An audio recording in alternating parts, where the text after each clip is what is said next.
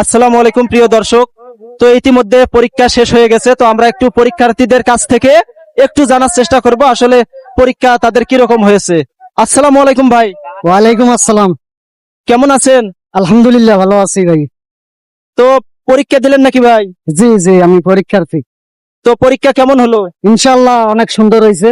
এইভাবে পরীক্ষা দিলে অনেক ভালো লাগবে। সুন্দর হয়েছে পরীক্ষা আজকে। তো আমরা শুনতে পেয়েছি যে পরীক্ষার নিয়ম কানুন এবং পরীক্ষা নাকি অনেক হার্ড করা হয়েছে, সেন্টার অনেক কড়া করা হয়েছে। তো এটা এ বিষয়ে একটু কি বলেন? জি, একটু কঠিন হয়েছে, স্বাভাবিক।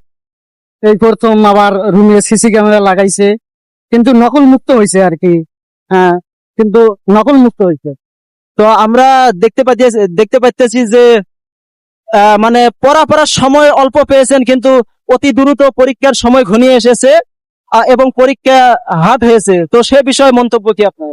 যে আসলে এই প্রথম এইভাবে স্টুডেন্টদের হঠাৎ করে কঠিন পরীক্ষা নেওয়াটা ঠিক না।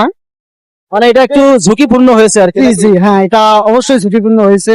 আগে শিক্ষা ব্যবস্থা ঠিক করতে হবে। শুধু এক্সাম কঠিন করলে হবে না, এক্সাম শুধু কঠিন করলে হবে না। আগে শিক্ষা ব্যবস্থা পড়াশোনার দিক দিয়ে উন্নত করতে হবে। তো ভাইয়া ভাইয়া আপনার নামটা কি?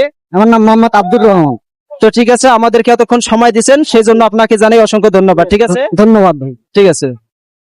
আসসালামু আলাইকুম ভাই। ওয়ালাইকুম আসসালাম। কেমন আছেন? আলহামদুলিল্লাহ ভালো আছি, আপনারা কেমন? আলহামদুলিল্লাহ ভালো আছি। তো পরীক্ষা কিরকম হলো ভাই? পরীক্ষা ইনশাল্লাহ আমাদের ভালো হয়েছে মোটামুটি। আমাদের গার্ড যেন সিসি ক্যামেরা এগুলো নকলের কোনো আমাদের অপশন ছিল না, এবং পরীক্ষা আমাদের অনেক ভালো হয়েছে। তো আজকে কি করতে হলো?